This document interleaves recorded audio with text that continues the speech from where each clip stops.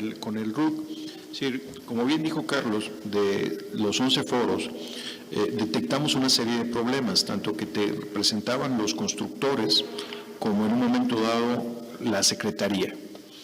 En el tema del registro único de contratistas, de hecho, la ley ya contempla un registro que hoy es opcional, no es obligatorio, y que de hecho lo manejaba la función pública y está en tránsito hacia la Secretaría de Hacienda y todavía no está definido, pero Pemex, por ejemplo, y Comisión Federal tienen sus registros de constructores, de tal suerte que para poder participar en los concursos tienes que estar dado de alta en los registros.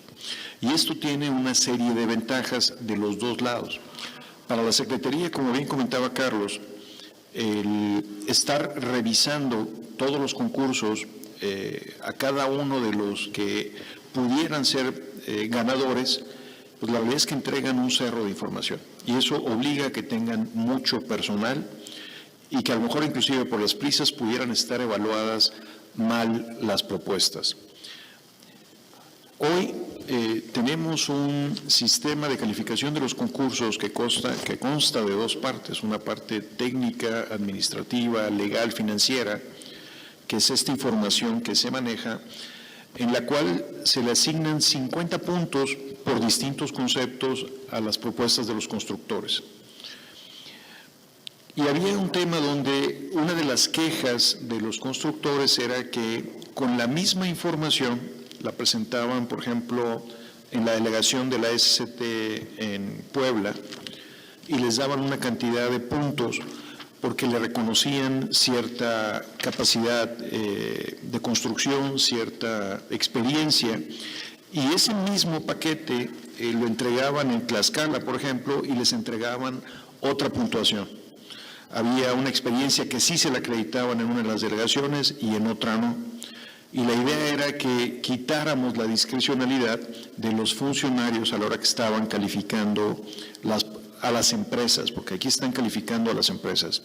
Y la manera de resolverlo era esta, que además, inclusive, si a un contratista le falta uno de esos documentos que se le olvidó poner, o a lo mejor se lo sacaron para descalificarlo, pues la realidad es que lo descalificaban o no lo asignaban, y ya una vez que tienes un registro donde tú ya sabes qué experiencia tienes y en qué estás capacitado para licitar, pues la realidad es que ya no estás sujeto a la discrecionalidad de los funcionarios.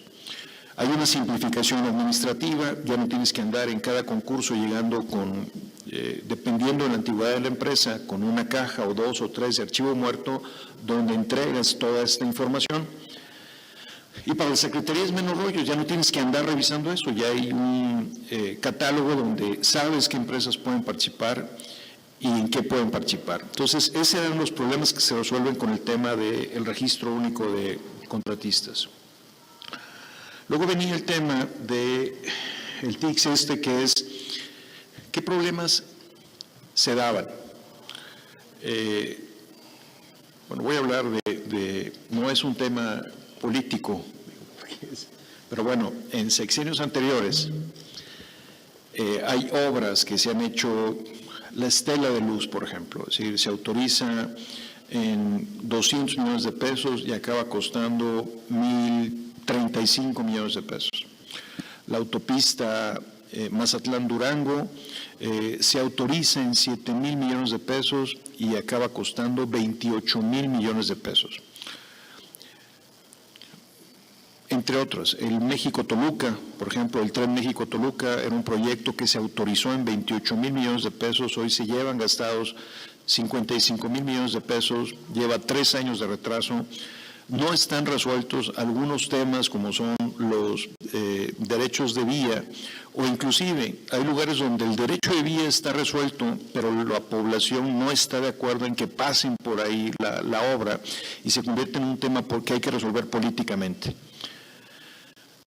De este mismo proyecto del tren México-Toluca, la realidad es que no sabemos exactamente cuánto dinero faltan 30,000 millones de pesos o más, y entonces esto se ha dado, lo primero que siempre salta dices, hay corrupción, y no necesariamente, realmente pudiera ser una mala planeación, Entonces, lo que queremos evitar es que por falta de planeación, por falta de tener resuelto por dónde va a pasar esta infraestructura, los proyectos se retrasen y de alguna manera nos cuesten más de lo que deberían de costar.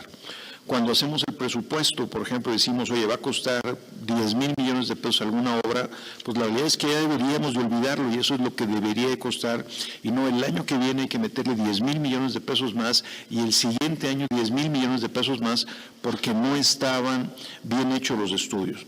Y esto es lo que estaríamos logrando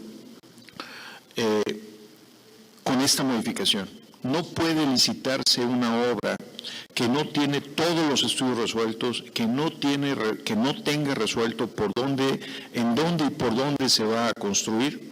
Y esto nos va a permitir definir dos cosas básicamente. ¿Cuánto va a costar? Y dos, ¿cuándo se va a terminar? Muchas veces las obras, por ejemplo, y las que hablaba de la Mazatlán-Durango, había malos estudios de mecánica del suelo y cuando empezaron a trabajar resultó que había cavernas o que